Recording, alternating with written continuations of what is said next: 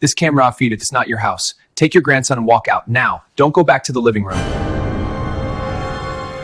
Those words came from Jason, the internet technician, his voice shaking with barely controlled panic as he stared at his laptop screen like it had turned into something from a nightmare. I stood there in my own kitchen holding 2 coffee mugs, watching this young man's face drain of all color. His hands were trembling over the keyboard, and the look in his eyes, pure, unfiltered fear, punched straight through my chest. What they didn't know yet was that I was about to become the last person they should have underestimated. The woman they thought was confused and helpless was about to turn their entire sick operation inside out and feed it back to them piece by piece. If you're watching this and you've ever been dismissed or talked over because of your age, I see you. Elder abuse hides in plain sight behind smiles and "we're just worried." You're not alone, and you're not crazy.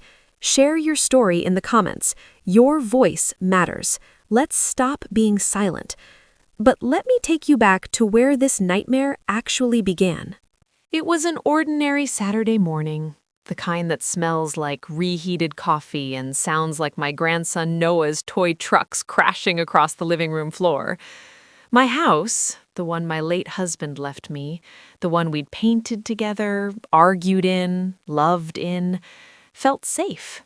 Worn, maybe, a little shabby around the edges, but mine. The internet had been acting up for weeks, pages spinning endlessly, Noah's games freezing mid-play, the TV buffering every 5 minutes. I'd put up with it as long as I could, but when Noah looked up at me with those disappointed eyes because his game wouldn't load, I finally gave in and called the company. They sent over a technician named Jason, polite kid, early 30s with that earnest face of someone who still says yes, ma'am, even when you tell him to stop. He arrived right on time, carrying a laptop bag and that slightly awkward energy young people get when they're trying to be professional. I showed him to the living room, where the router sat on the side table, its lights blinking their usual cryptic patterns. Noah barely looked up from his trucks, too absorbed in whatever elaborate scenario he was building on the worn carpet. Jason settled into the chair by the table, opened his laptop, and started doing whatever technical magic these things require. His fingers moved quickly over the keyboard, eyes scanning lines of code and connection data I couldn't begin to understand. I left him to it and went to make coffee. The kitchen smelled like yesterday's toast and the faint lemon scent of the cleaner I'd used that morning. Through the doorway, I could hear him typing, clicking, muttering technical things under his breath. The coffee maker gurgled and hissed, filling 2 mugs with that dark, bitter brew that had gotten me through 40 years of early mornings. I added cream to mine, left his black because I didn't know how he took it. When I came back with the mugs, everything had changed. Jason wasn't moving. He sat frozen in front of his laptop, staring at the screen with the kind of expression you see in horror movies. His jaw had gone slack. His hands hovered over the keyboard like they'd forgotten how to function. The color had drained from his face so completely he looked like he might pass out. "Jason?" I set the mugs down carefully on the coffee table, my heart starting to pick up speed. "Everything okay?" He didn't answer right away, just kept staring at that screen, his breathing getting faster and shallower. Finally, in a voice that came out strangled and wrong, he whispered something that made the entire room tilt sideways. "This camera feed," his voice cracked. "It's not your house." My blood went cold. "What do you mean it's not my house?" He turned the laptop toward me with shaking hands.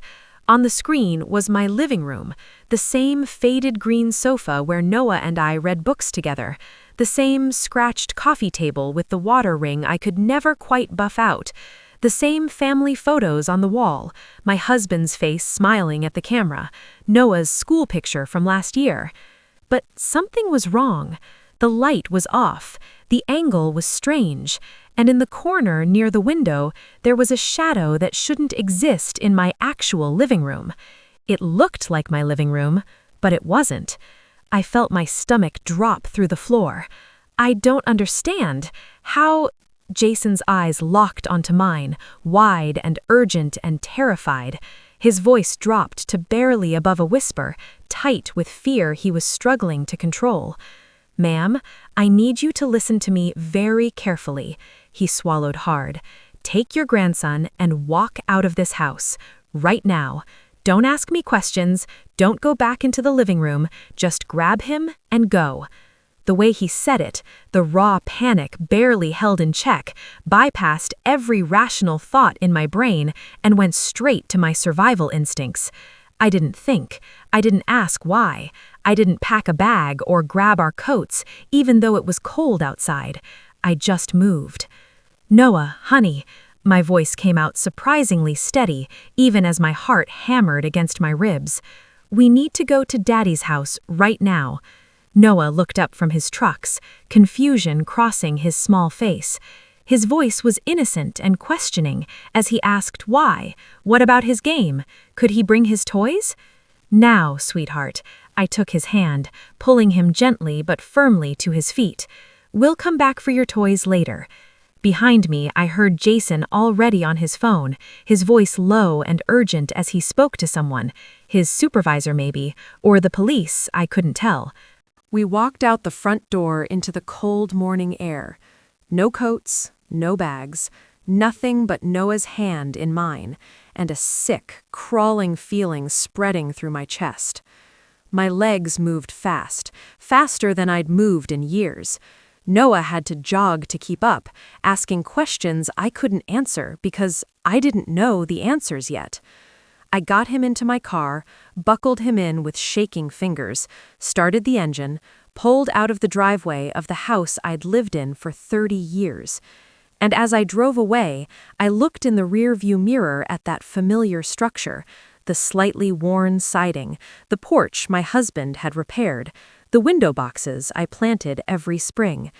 The house looked the same as it always had, ordinary, safe, home. But something was very, very wrong inside it. Someone had been watching me, in my own home, for who knows how long. And the young technician's face, the pure fear in his eyes when he told me to run, meant this was bigger and more dangerous than a simple security breach. I didn't know it yet, sitting in that car with Noah asking worried questions beside me, but that moment was the dividing line of my entire life. Before and after. Before, when I trusted that my home was my sanctuary, and the people who said they cared about me actually did. After, when I learned that the greatest threats don't always come from strangers breaking down doors. Sometimes they come from the people who already have the keys. We drove to Michael's house in complete silence, except for Noah's questions and my heart hammering so loud I thought it might crack a rib. My hands were shaking on the steering wheel. I kept checking the rear-view mirror like someone might be following us, though I didn't even know who someone was yet. The sky was that flat gray color that makes everything look washed out and unreal. When we pulled into Michael's driveway, I practically dragged Noah up the front steps. My son opened the door with a coffee mug in his hand, weekend casual, surprised to see us. Before he could even say hello, the words came tumbling out of me in a rushed, breathless mess. I told him about the technician, about the screen showing my living room, but not quite my living room, about the wrong light and the shadow that shouldn't exist, about Jason's face going pale as death and telling me to grab Noah and run. Michael's expression shifted from confused to concerned to something else, something that made my stomach drop even further. Becky appeared behind him, drying her hands on a dish towel. She had that perfect makeup and yoga pants look she always wore on weekends. Her smile was warm and worried all at once. Michael glanced back at her, and in that single look, I saw something that would haunt me for weeks. It wasn't anger or fear, it was pity mixed with embarrassment. The kind of look you give someone when you think they're losing their grip on reality. He spoke gently, like he was talking to a frightened animal. "Mom, slow down. You're not making a lot of sense right now." Becky stepped forward and put her arm on my arm. Her touch felt too soft, too careful. She said in that sweet, measured voice of hers, "Eleanor, honey, you've been under so much stress lately. Ever since Dad passed. It's completely understandable." I pulled my arm back. "I'm not stressed. I'm telling you what I saw." Michael rubbed his face, that tired gesture he always made when he didn't want to deal with something. "Okay, let's call the police. If something's really wrong, they'll figure it out." So, we called them. 2 officers showed up about 40 minutes later. Young guys, probably in their 30s, with that polite but detached look that law enforcement gets when they think they're dealing with something trivial. I explained everything again. The camera feed, the technician's warning, the feeling of wrongness that sat in my chest like a stone. One officer took notes. The other one walked through my house with me. Yes, we went back, and yes, every step inside felt like walking into a trap. He checked the router, he looked around the living room, he asked me which security cameras I had installed. I told him I didn't have any cameras, never had. He nodded slowly, the way you nod at someone when you're humoring them. His voice was patient and flat when he said, "Ma'am, it was probably just a technical glitch. These things happen with internet systems. Crossed signals, wrong feed, that kind of thing." I wanted to scream. Instead, I asked about the technician, about getting his statement, about checking the equipment logs. The officer said they'd look into it, but his eyes said he wouldn't. His eyes said he'd already filed this under confused elderly woman, probably nothing. Back at Michael's house, Becky made tea. She set it in front of me with that same concerned smile and suggested, very gently, that maybe I should talk to my doctor. She used words like anxiety and stress response and completely normal at your age. Michael sat across from me, his hands folded on the table. He said he was worried. He said I'd been forgetting little things lately, appointments, names, where I put my keys. He said it was okay to need help. Every word felt like a tiny erasure, like they were slowly rewriting who I was, what I knew, what I could trust about my own mind. I looked at my son's face and realized with cold, creeping horror that he didn't believe me. Not really. He believed I thought I saw something, but he didn't believe something actually happened. And Becky? She sat there radiating sympathy, tilting her head, patting my hand, but her eyes were calculating something I couldn't quite read yet. The doctor's appointment came 3 days later. Becky had made it for me. Wasn't that thoughtful? She even drove me there, chatting pleasantly the whole way about Noah's school project and the weather and how she'd found a great new recipe for pot roast. The doctor was kind, professional. He asked me questions about sleep, appetite, mood. He used the word depression more than once. He talked about how grief can manifest in unexpected ways, especially for someone my age. He suggested medication, just something mild to take the edge off, he said, to help me feel more like myself. I left that office with a prescription I had no intention of filling and a sick understanding settling into my bones. No one was going to believe me. Not the police, not my doctor, not even my own son. I was alone with this knowledge, and the harder I pushed, the crazier I looked. That night, lying in my own bed, in the house that suddenly felt like a stage set, like something built to look like safety but hiding rot underneath, I made a decision. If no one else would take me seriously, I'd have to figure this out myself. I'd have to trust my own instincts, even when everyone around me was telling me I couldn't. And I'd start by finding that technician and asking him exactly what he saw on that screen. because something was very, very wrong in my house, and whoever was behind it wanted me to look confused and helpless and easy to dismiss. They were counting on me being too old, too scared, too polite to fight back. They had no idea who they were dealing with. Finding Jason wasn't easy, but I'm more stubborn than people give me credit for. I called the internet company 3 times before I got a supervisor who would give me his last name, Reed.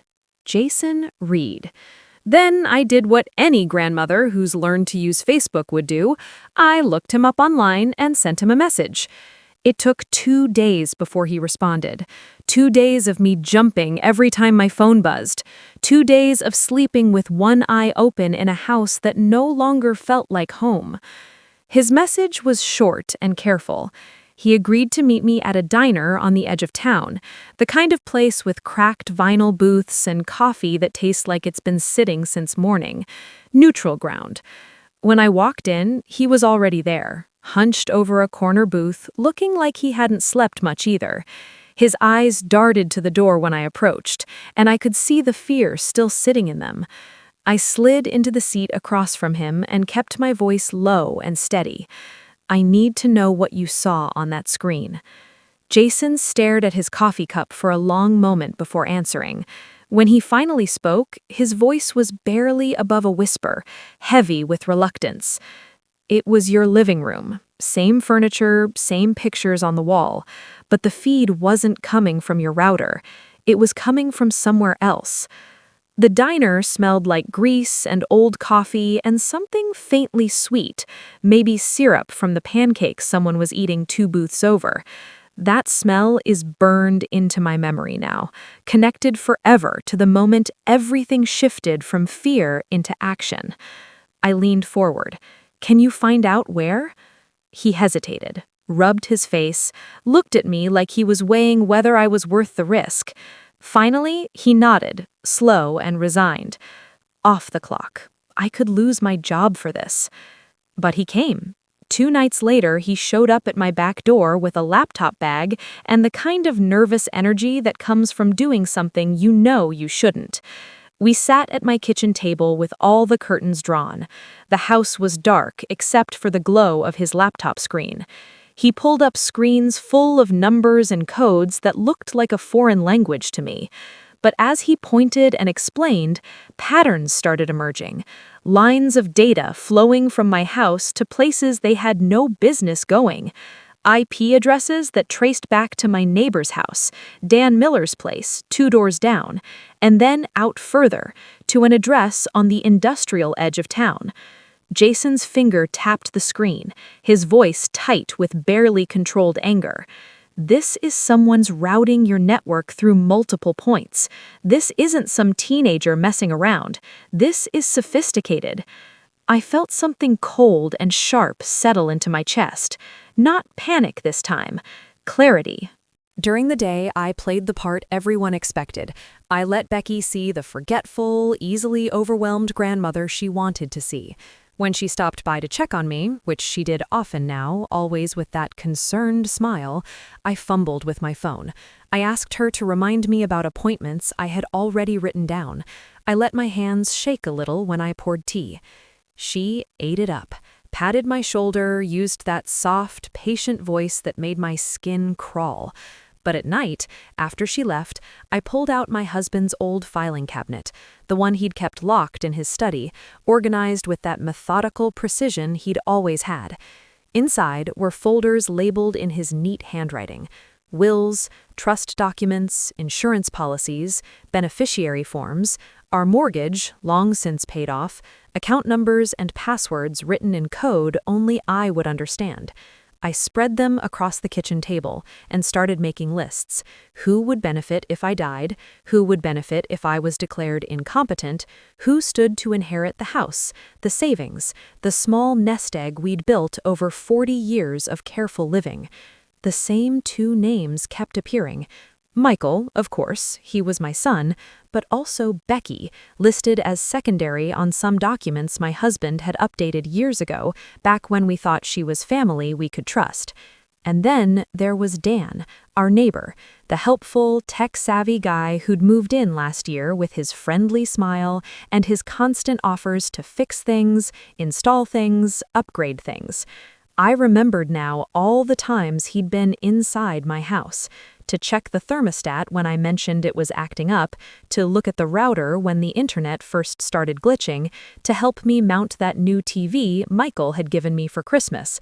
How many opportunities had I handed him to plant cameras, bugs, monitoring devices? The thought made me physically sick. I pulled out a notebook, one of the old-fashioned kind, paper and pen because I didn't trust anything digital anymore, and started documenting dates, times, every strange occurrence I could remember, every visit from Dan, every too convenient suggestion from Becky about updating my will or signing new paperwork. Jason came back twice more over the next 2 weeks. Each time, we dug deeper into the network data. Each time, the picture got clearer and uglier. One night, he showed me how to access my own router logs, how to spot suspicious connections, how to see what devices were talking to what networks. His voice was patient and careful as he taught me, treating me like someone capable of learning, not some confused old woman who couldn't handle technology. I can't tell you how much that meant. By the end of week 3, I had enough pieces to see the shape of what was happening. Not all of it yet, not the full scope, but enough to know this wasn't random. This was planned, coordinated, and it had been going on for months, maybe longer. Someone was watching me, documenting me, building a case that I was declining, incompetent, unsafe to live alone. And once that case was solid enough, they'd move. Legal guardianship, power of attorney, control of my assets, my house, my life. I sat at that kitchen table one night, my husband's paper spread in front of me, Jason's network maps glowing on the laptop screen, and I made a promise to the empty room. I wasn't going to be their victim. I wasn't going to be the confused old woman they could brush aside and control. I was going to find out exactly who was behind this, and then I was going to make them regret every single moment they'd spent underestimating me. But first, I needed to know where that other camera feed was coming from, the one showing my living room that wasn't quite my living room, and I had a pretty good idea where to start looking. Dan started showing up more often after that, not in an obvious way, nothing that would raise red flags to anyone watching from the outside, just a friendly neighbor dropping by to check on the widow next door. He'd knock on my door with that easy smile of his, holding a toolbox or a bag from the hardware store. His voice was always cheerful and helpful when he'd say something like, "Hey, Eleanor, I noticed your porch light was flickering. Mind if I take a quick look?" Or, "I'm upgrading my own router today. While I'm at it, want me to check yours? These older models can be finicky." The first few times, I'd played along, let him inside, watched him poke around my house with those careful, practiced movements. He had that casual confidence of someone who knew exactly what he was doing and wanted you to think it was no big deal. But now I saw him differently. Now I noticed how his eyes scanned my living room, how he lingered near outlets and light fixtures, how he always seemed to steer conversations toward my security, my safety, my need to modernize things. One afternoon, he showed up with a box of smart home devices, the kind that connect to your phone and supposedly make life easier. His voice dripped with friendly concern as he explained how much safer I'd be with smart locks and cameras I could monitor from anywhere. I smiled weakly and told him I'd think about it.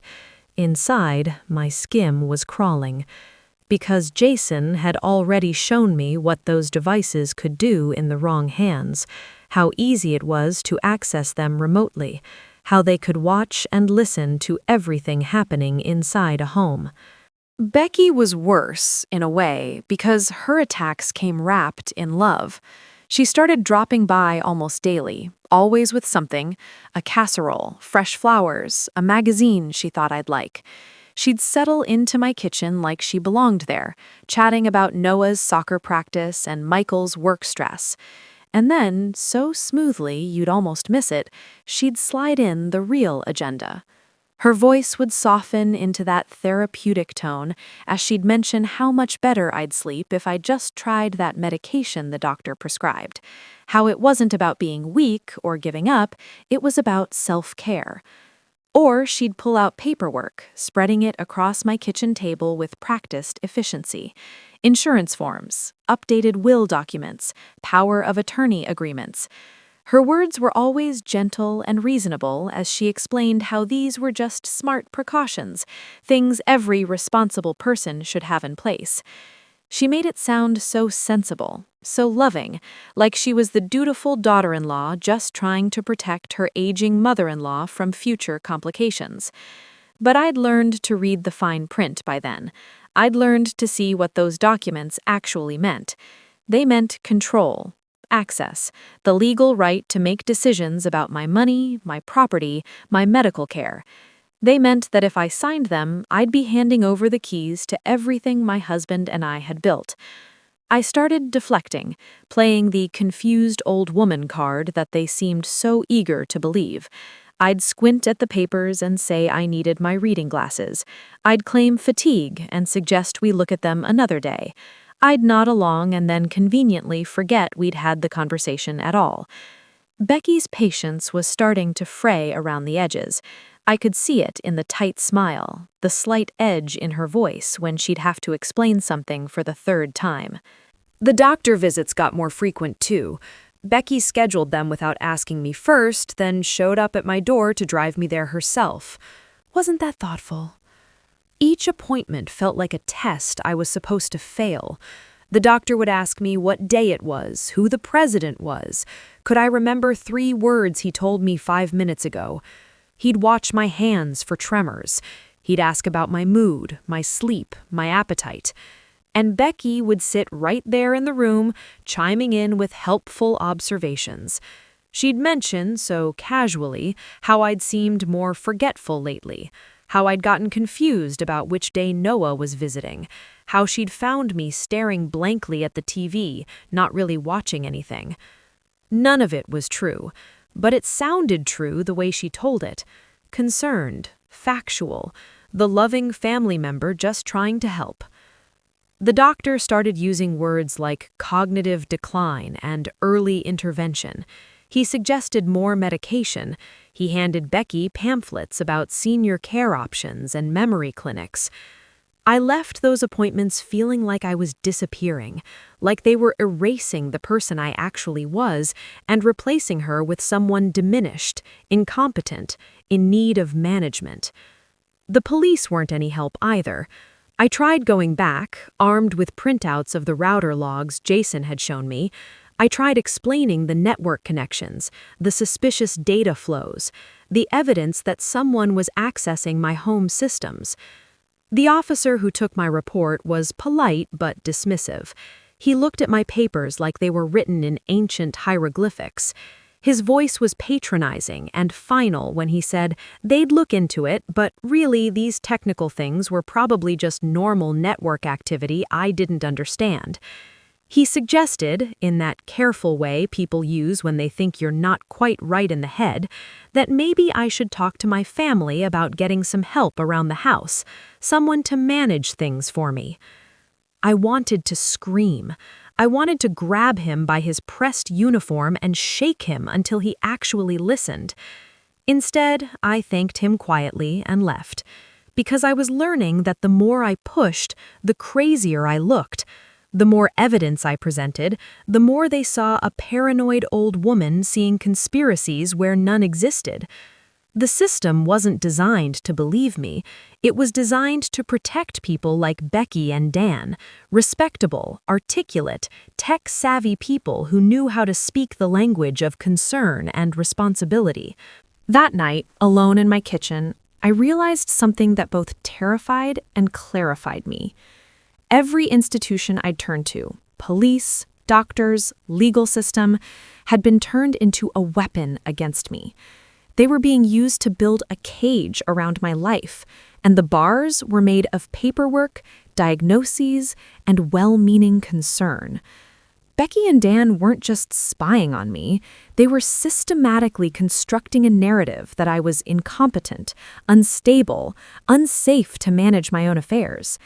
And once that narrative was solid enough, once enough people believed it, they could take everything. My house, my savings, my choices, my dignity. The only person who still looked at me like I was sane was Jason, and even he was getting nervous about how deep this went. Late that night, my phone buzzed with a text from him. The message was short and urgent, just an address on the industrial side of town and 3 words that made my blood run cold. Found the source. I stared at that address glowing on my phone screen, my heart hammering against my ribs. Whatever was at that location, whatever Jason had found, was going to change everything. And I had a terrible feeling that once I saw it, there would be no going back. The warehouse sat at the end of a cracked industrial road where streetlights flickered like dying fireflies. Jason met me there just after dark. His car was already parked in the shadows when I pulled up, my hands gripping the steering wheel so tight my knuckles had gone white. The building looked abandoned. Rusted metal siding, broken windows on the upper floor, weeds growing through the pavement. But there were fresh tire tracks in the gravel, recent ones. Jason's face was grim when I got out of my car. He kept his voice low and tense as he told me he'd traced the network signals to this exact location, the same signals that had been feeding that wrong living room image to my router. We walked to a side door he'd found unlocked. The hinges squealed in the quiet night, a sound that made every nerve in my body stand at attention. Inside, the warehouse smelled like dust and old concrete, and something else, the faint chemical scent of cleaning supplies, too fresh for a supposedly abandoned building. Jason pulled out a flashlight. We moved through the main space carefully, our footsteps echoing in the darkness. Storage crates, empty shelving, nothing unusual at first. Then we found the door at the back. Plain, unremarkable, but it had a new lock on it, a keypad entry system that glowed softly in the dark. Jason worked on it while I stood watch, my heart hammering so loud I was sure someone would hear it. The lock clicked, the door swung open, and my entire world tilted sideways. Inside was my living room. Not a picture of it, not a video feed, the actual room, reconstructed down to the smallest detail. The same faded green sofa my husband had picked out 15 years ago. The same scratched coffee table with the water ring I could never quite buff out. The same rug with the stain from when Noah spilled grape juice last Christmas. The same family photos on the walls in the exact same arrangement.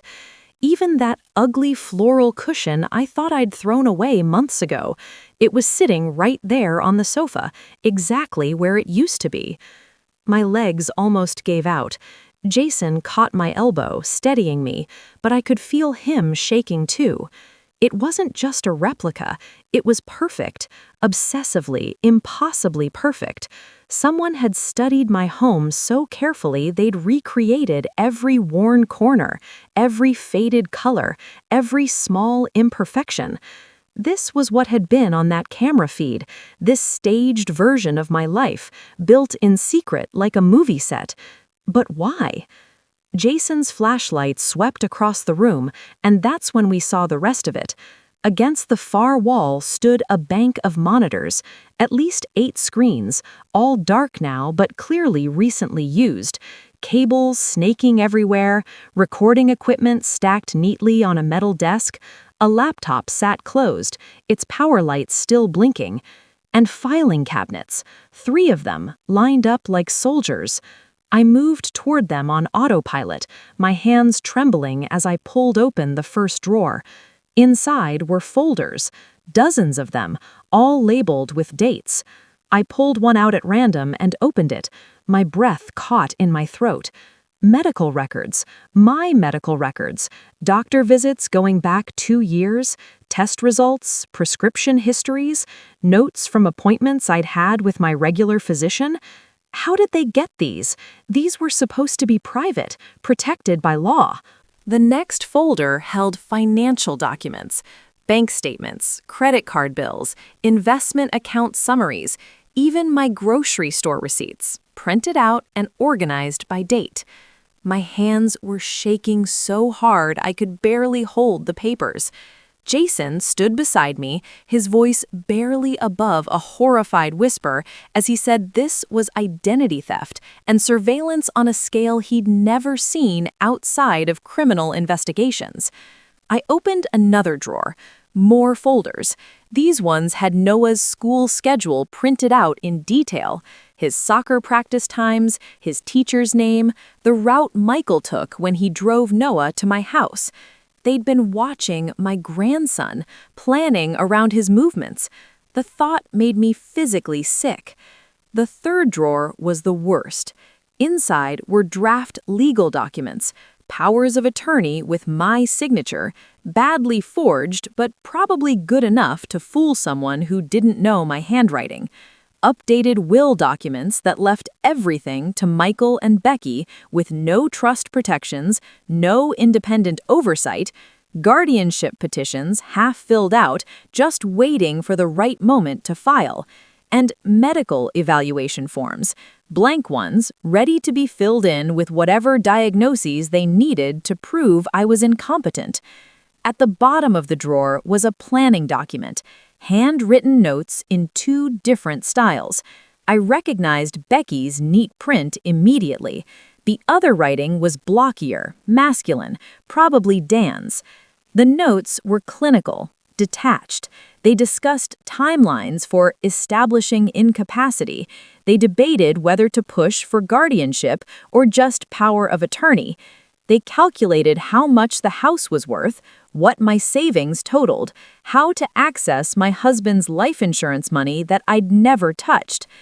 There was a line that burned itself into my brain. Becky had written it in red ink, underlined twice.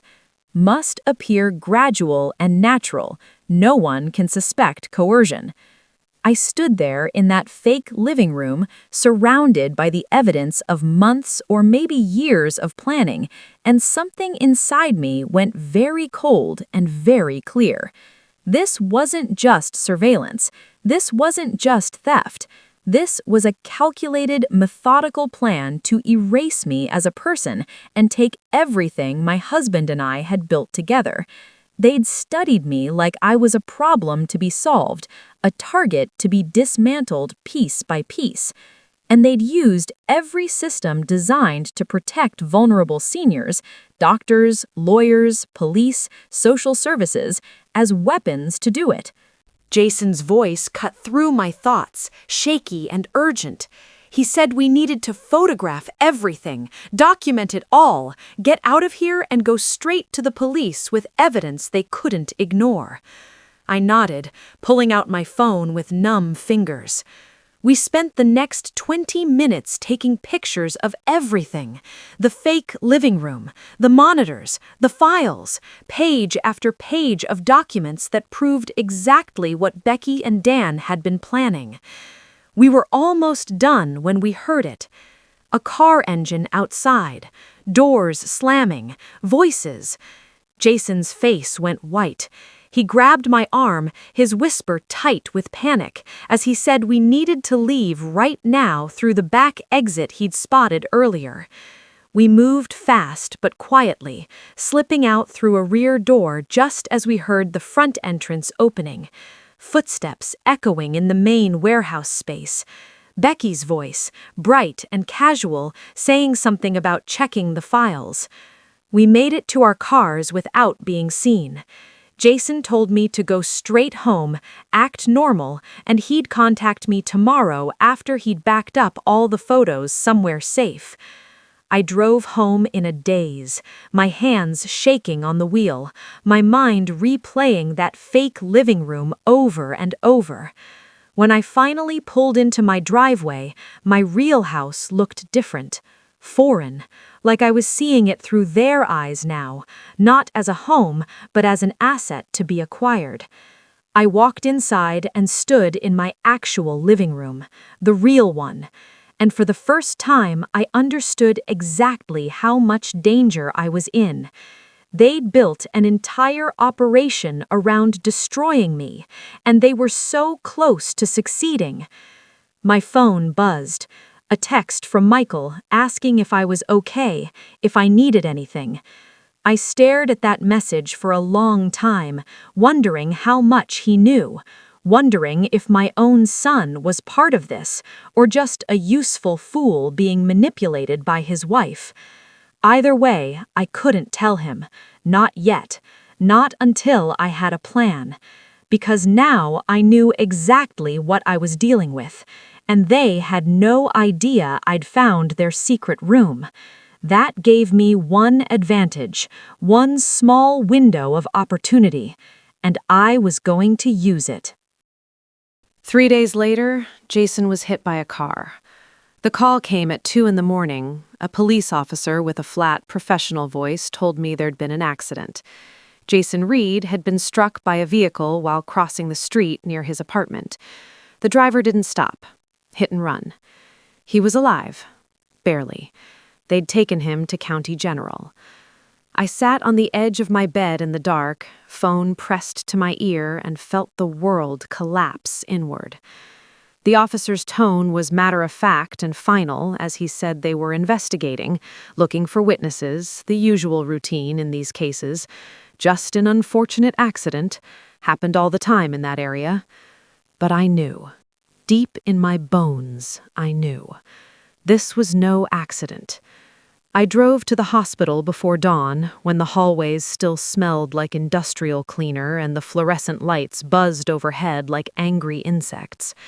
Jason was in the ICU, unconscious, his face bruised and swollen beyond recognition. Machines beeped and hissed around him, keeping him breathing, keeping him alive. A nurse with tired eyes told me he had a severe head injury, broken ribs, internal bleeding. They'd operated twice already. It was too soon to know if there'd be permanent damage.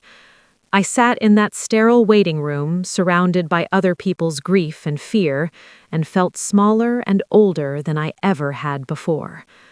Jason was 32 years old. He had his whole life ahead of him, and he'd been hurt, maybe killed, because he'd tried to help me, because he'd believed me when no one else would. The only person who'd looked at me like I was still a thinking, capable human being was lying in a hospital bed, fighting for his life. I was alone now, completely alone. Becky showed up at the hospital around noon. I don't know how she knew I was there. Maybe she'd been tracking my phone. Maybe she had someone watching me. At that point, nothing would have surprised me. She came with flowers and concern, her voice soft and soothing as she said she'd heard about the accident and wanted to make sure I was okay. She touched my shoulder, that same too gentle touch that always made my skin crawl. Then she started talking, carefully, kindly, about how much stress I'd been under lately, how traumatic this must be, how maybe it was time to accept some help, let other people handle the difficult decisions for a while. She had papers with her. Of course she did. Power of attorney documents, medical directive forms. She spread them on the waiting room table like she was dealing cards, her tone reasonable and patient as she explained this was just about making sure someone could handle things if I got overwhelmed. For my own good, she said, to protect me. I looked at those papers and saw exactly what they were, the final trap, ready to spring shut. If I signed them, it was over. Becky would have legal control over my finances, my medical decisions, my property, and with Jason in a coma and no one else believing me, I'd have no way to fight back. Michael appeared in the doorway then, looking exhausted and guilty. His voice was gentle but firm as he said, "Mom, Becky's right. This has all been too much for you. We just want to help." I looked at my son's face and saw a stranger, or maybe I saw him clearly for the first time, a man who loved me, maybe, but who trusted his wife more, a man who'd decided I was the problem that needed solving. I told them I needed to use the restroom. My voice came out small and shaky, exactly how they expected it to sound. In the bathroom, I locked the door and leaned against the sink, staring at my reflection in the harsh fluorescent light. I looked every one of my 68 years. Grayed hair, deep lines around my eyes, the kind of tiredness that lives in your bones. They were counting on me looking like this, feeling like this, old, tired, easy to push around. But something in me refused to break. I pulled out my phone and opened the photos from the warehouse, scrolled through image after image of that fake living room, those files, those planning documents in Becky's handwriting. Then I went back out there and told them, in my most confused, overwhelmed voice, that I'd think about the papers, maybe tomorrow. I was just so tired right now. Becky's smile tightened at the edges, but she nodded, patient, understanding, like she was humoring a difficult child. That night, alone in my house, I did something I should have done weeks ago. I went through my husband's old files again, but this time I was looking for something specific. His will, the original one, not the updated versions Becky kept trying to get me to sign. I found it in a locked box at the back of his filing cabinet. The key had been on his key ring, the one I still kept in my nightstand drawer. Inside was the will he'd drafted 5 years ago with our old attorney. I read through it carefully, my reading glasses perched on my nose, and there it was, the clause I'd forgotten about. Any question of my mental competence, it stated in clear legal language, must be evaluated by independent medical and legal professionals not chosen by family members or beneficiaries. The evaluation must be conducted by a court-appointed specialist with no prior relation to any party involved. My husband had been a careful man, cautious. He'd seen enough cases of elder abuse in his work as an accountant to know how these things could happen. He'd protected me even from beyond the grave. That clause meant Becky couldn't just steamroll me with her friendly doctor and convenient diagnoses. If she tried to have me declared incompetent, it would trigger a whole different process, one she couldn't control. I sat there at my kitchen table, that old will in my hands, and felt something shift inside me. I'd been playing defense this whole time, running, hiding, trying to prove I wasn't crazy while they tightened the noose around my neck. But I had evidence now, photos of the warehouse, files documenting their entire plan, and a legal protection they didn't know existed. It was time to stop running and start fighting back. My phone buzzed, a text from an unknown number, just an address and a time, tomorrow, 8 p.m. My blood went cold. I almost deleted it, but something made me look closer at the message. At the very bottom, in tiny letters, were 2 words that made my heart stop. Jason's backup. Someone had his backup files, the photos, the router logs, all the evidence we'd collected. Someone who knew how to reach me, but was it a friend or another trap? I stared at that message for a long time, weighing my options. Going could be dangerous. Not going meant losing what might be my only remaining copy of the evidence. Either way, tomorrow night was going to change everything. I just had to decide whether I was brave enough or desperate enough to walk into what might be an ambush. Outside my window, a car drove slowly past my house. It didn't stop, but I saw the silhouette of someone watching. They were closing in, and I was running out of time. The address led to a coffee shop on the north side of town, the kind with mismatched furniture and local art on the walls. I arrived 20 minutes early, my purse heavy with my phone fully charged and a small voice recorder Jason had given me weeks ago. If this was a trap, I'd at least have some record of what happened. A young woman approached my table at exactly 8 o'clock. She looked nervous, kept glancing at the door. Her voice was quiet and rushed as she introduced herself as Jason's sister, Melissa. She slid a thumb drive across the table. Her words tumbled out fast, explaining that Jason had sent her backup files weeks ago, with instructions to give them to me if anything happened to him. He'd been scared, she said. He'd known this was dangerous. I closed my fingers around that thumb drive like it was a lifeline, because that's exactly what it was. Melissa left quickly, practically running out of the coffee shop. I didn't blame her. She'd seen what they'd done to her brother. That night, I plugged the drive into my laptop with shaking hands. Everything was there: the router logs, the network traces, photos of the warehouse we'd taken, and files I hadn't seen before, recordings Jason had made of Dan entering my house when I wasn't home, conversations he'd overheard through the surveillance system they thought they controlled. But there was something else, something that made my heart race. Jason had figured out how to access their cameras, the ones they'd installed in the fake living room at the warehouse. He'd created a back door into their entire surveillance network, which meant I could watch them, just like they'd been watching me. I sat there staring at that information, and a plan started forming in my mind. Risky, maybe crazy, but it was the only card I had left to play. The next morning, I called Becky. I let my voice shake and break as I told her I was so scared at night in the house alone. The locks didn't feel safe anymore. I kept hearing noises. Could she and Dan maybe come over and check everything one more time? Becky's voice went smooth and soothing, dripping with false concern as she said, "Of course, Mom, we'll take care of everything." She'd bring Dan over tonight and they'd make sure I felt completely secure. After I hung up, I got to work. I went back into my router settings, following the instructions Jason had left in his files. I reopened the network routes they'd been using, made it look like the connection had never been interrupted, like their surveillance was still functioning perfectly. Then I did something they'd never expect. I set up my own cameras, small ones, hidden in places they wouldn't think to look, pointed at my living room, at the kitchen, at every angle they'd been watching from. If they came back to my house, I'd have proof.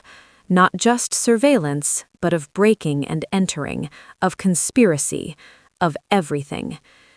That evening, Becky and Dan showed up right on schedule. Dan carried his toolbox, that same easy smile on his face. His voice was friendly and reassuring as he said he'd check all my locks, make sure everything was secure. Becky made tea.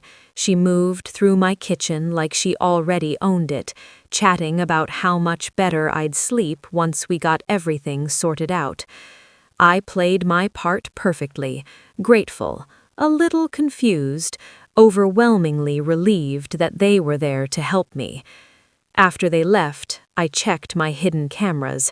Sure enough, Dan had installed 2 new devices, one in my bedroom, one in my bathroom, places they hadn't been watching before. They were escalating, getting bolder, probably sensing they were close to the finish line. What they didn't know was that every device they installed was feeding back to my system now. I could see what they saw, and I was recording all of it. 2 nights later, I got the message I'd been waiting for. A text from Dan to Becky that got accidentally routed through my network. Warehouse tonight, 10 p.m. Need to finalize the guardianship paperwork. This was it. They were meeting at the warehouse, probably in that fake living room where they felt safe and hidden. I didn't hesitate. I sent 2 messages.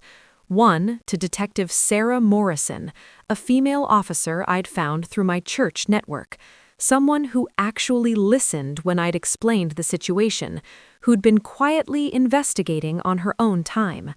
I sent her the address, the time, and every file from Jason's backup drive. The other message went to Michael, just the address and a plea he couldn't ignore. "Please come. I need you to see the truth. Your mother." Then I drove to that warehouse myself. My hands were steady on the wheel this time. No shaking, no fear, just cold determination. I parked down the street and walked through the shadows to that same side door. It was unlocked, just like before. Inside, I could hear voices coming from the back room. Becky's voice, sharp and irritated. Dan's, defensive and worried. They were arguing. I crept closer, my phone in my hand, recording everything. Through the crack in the door, I could see them in that fake living room. Becky stood by the filing cabinets holding a stack of papers. Dan sat on my recreated sofa, looking stressed and angry. Becky's voice cut through the space, cold and calculating now with none of her usual sweetness. She said they needed to move faster, that the old woman was becoming more difficult than expected, that they should file the guardianship petition tomorrow. Dan's response was sharp with barely contained panic. He said she was pushing too hard, that someone might notice, that the technician's accident had already drawn too much attention. Becky laughed. Actually laughed, a sound that made my blood run cold. Her tone was dismissive and cruel as she said no one cared about some old widow, that the system was designed to let people like them win, that Eleanor Parker was just another senile grandmother everyone would be relieved to see managed properly. I stood there in the darkness, recording every word, and felt something settle in my chest. This was who they really were. This was what they really thought of me. Behind me, I heard footsteps. My heart jumped into my throat. But when I turned, it was Detective Morrison, 3 other officers with her, and Michael. My son's face was pale, confused. His whispered question was plaintive and lost as he asked what was going on. Why had I brought him here? I just pointed to the door, to the voices still arguing inside. Morrison moved forward silently, the other officers flanking her. She pushed the door open.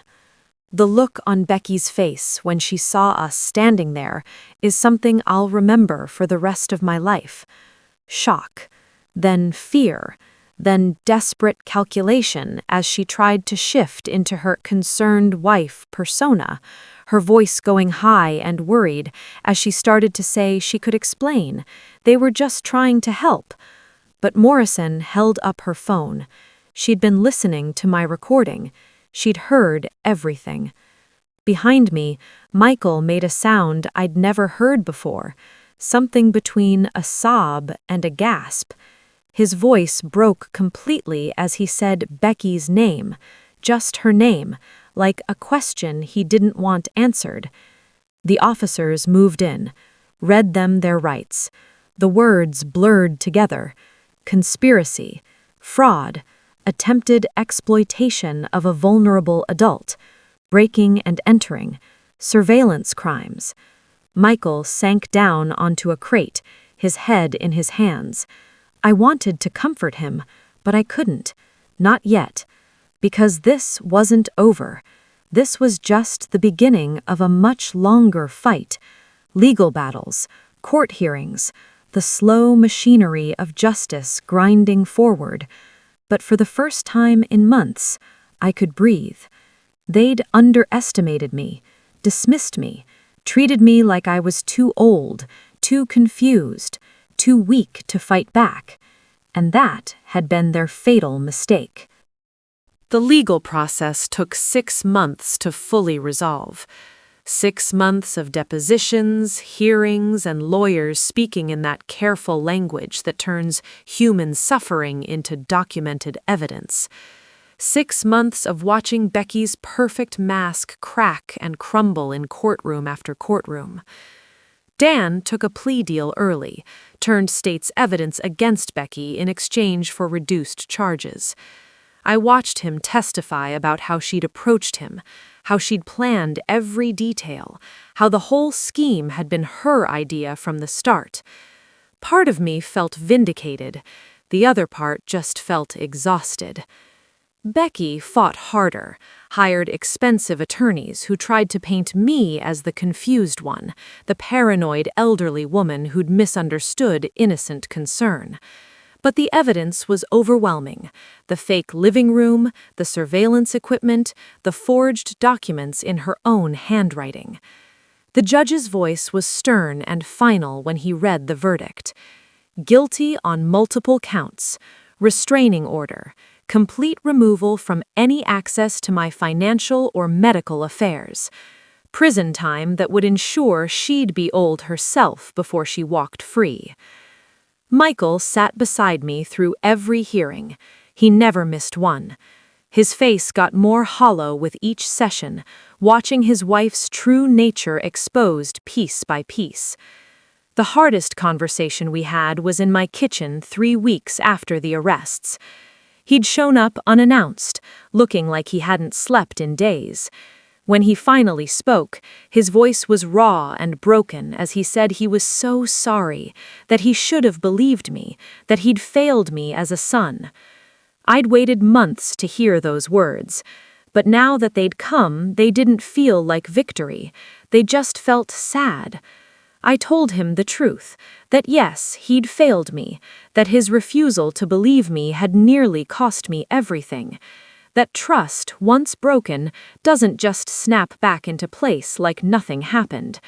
But I also told him he was still my son, still Noah's father, still part of this family, even if that family looked different now.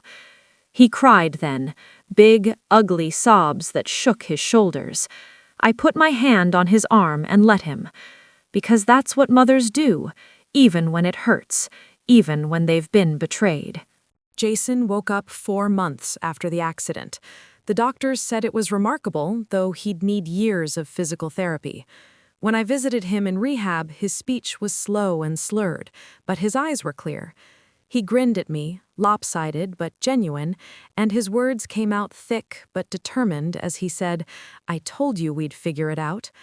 I held his hand and cried for the first time since this whole nightmare started. The house needed work after everything. I had every lock changed, every device removed and replaced, every inch of the place swept for hidden cameras and bugs. The security company I hired found 6 more surveillance devices I hadn't even known about. I ripped up the carpet in the living room, not because it needed replacing, but because I couldn't stand looking at it anymore, knowing they'd recreated it so perfectly in that warehouse. The new carpet is a soft gray. Noah picked out the color. The router got upgraded to something with actual security. I took a class at the senior center on digital privacy, learned about encryption and passwords and how to spot phishing attempts. Turns out, this old dog could learn new tricks after all. Michael and I worked with a lawyer to create a new trust, a real one this time, with independent trustees and oversight that no single person could manipulate. Noah's future was protected. My wishes were documented. Everything was legally bulletproof. But the real change wasn't in the paperwork or the new locks or the security cameras I actually controlled now. The real change was in me. I'd spent so much of my life trying to be easy, agreeable, not a burden, the kind of woman who didn't make waves or cause trouble or insist too loudly that she mattered. I'd thought that's what aging gracefully meant, stepping aside quietly, letting younger people take over, trusting that the system would protect me because I'd been good and kind and reasonable.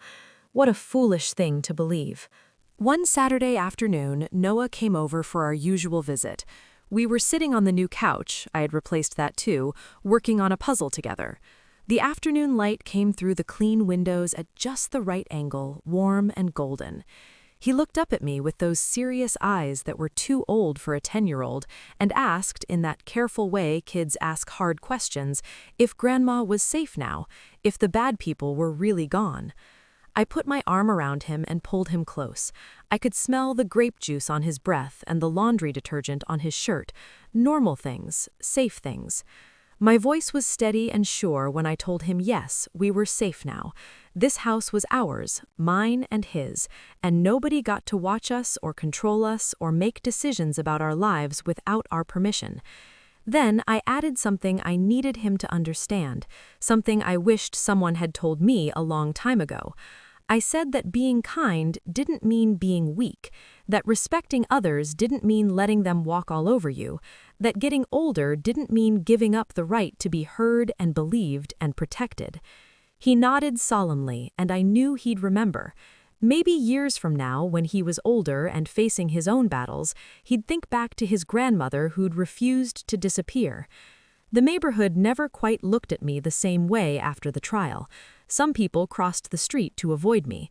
Others stopped to say how brave I'd been, though their eyes held a kind of uncomfortable pity I didn't want. But a few, a surprising few, knocked on my door to quietly share their own stories.